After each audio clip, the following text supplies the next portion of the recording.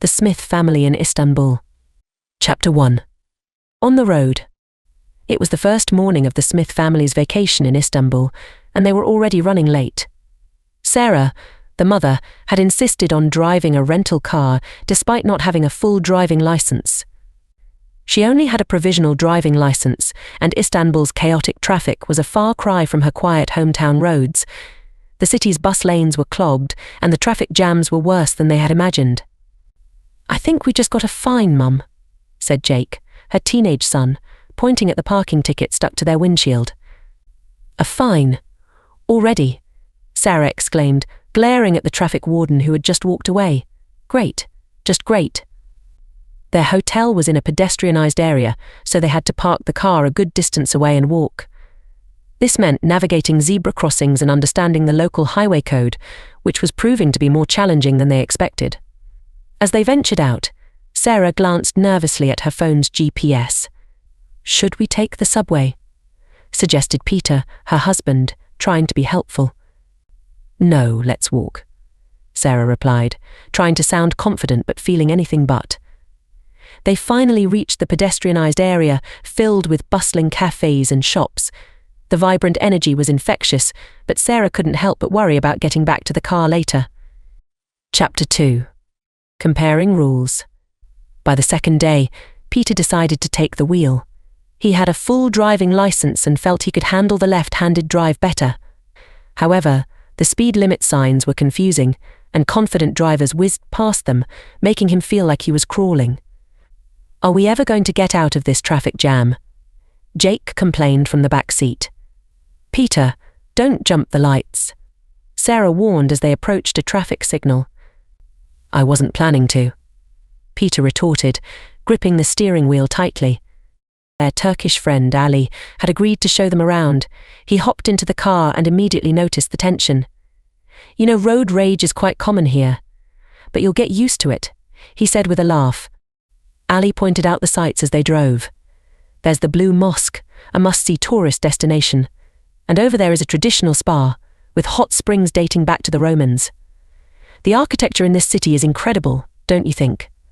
Despite Ali's friendly guidance, navigating Istanbul's streets remained a daunting task for the Smiths. Sarah's nerves were frayed by the aggressive driving styles and the constant honking. Chapter 3. Understanding directions. On the third day, they decided to explore on foot and visit some museums and galleries. They stopped by a tourist information office to get directions. "Excuse me, can you direct us to the nearest museum?"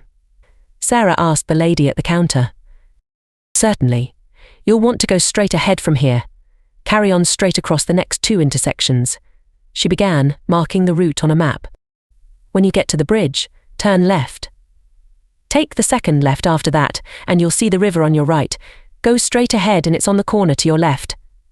She continued. "That sounds easy enough," Peter said, though he wasn't entirely sure he remembered all the steps.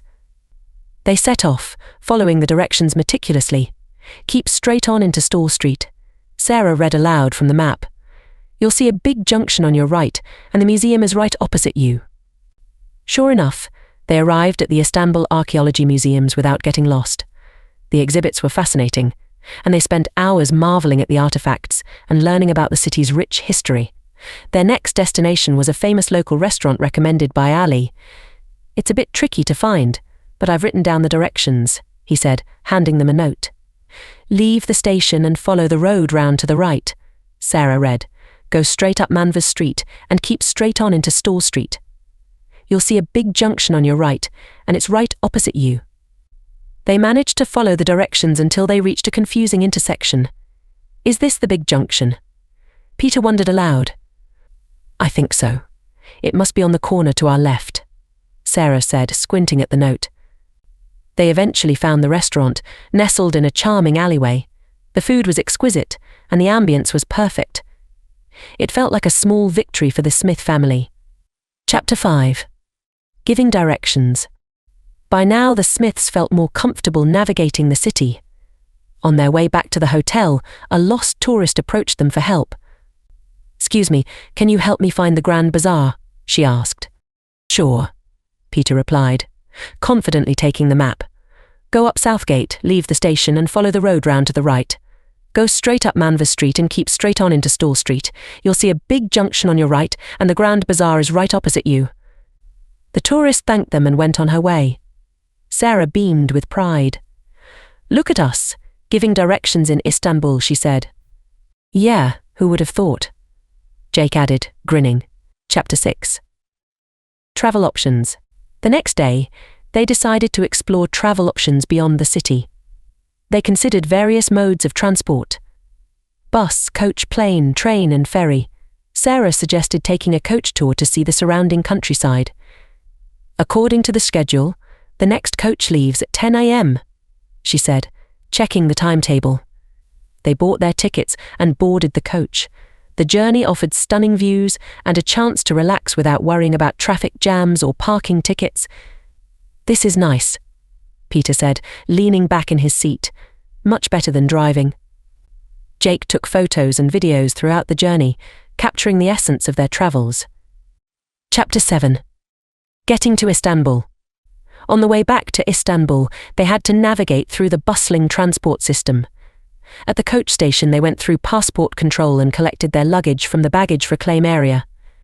This arrivals hall is huge, Sarah remarked as they made their way to the Rail Travellers Information Centre. They learned about the various train services, non-stop service, stopping service, and mainline station routes. After some discussion, they decided on the stopping service to see more of the countryside.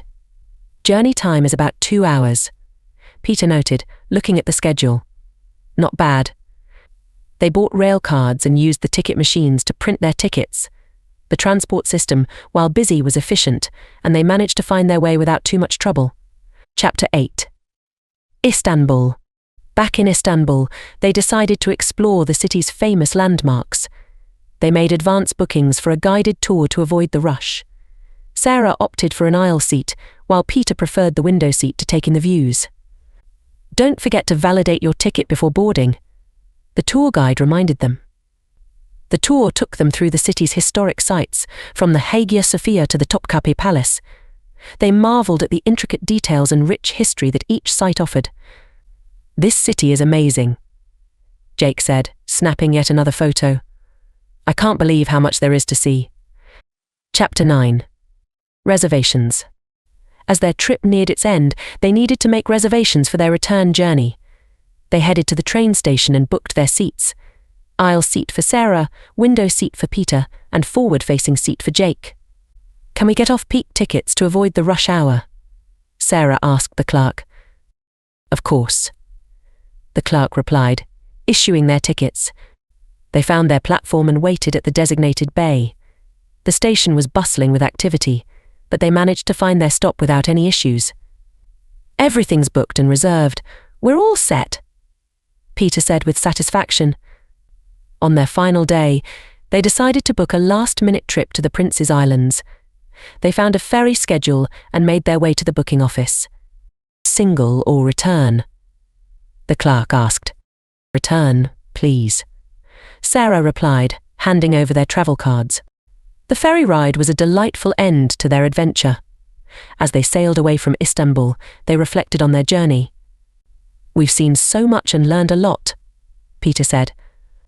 "Yeah, and we didn't even get lost today," Jake added with a grin.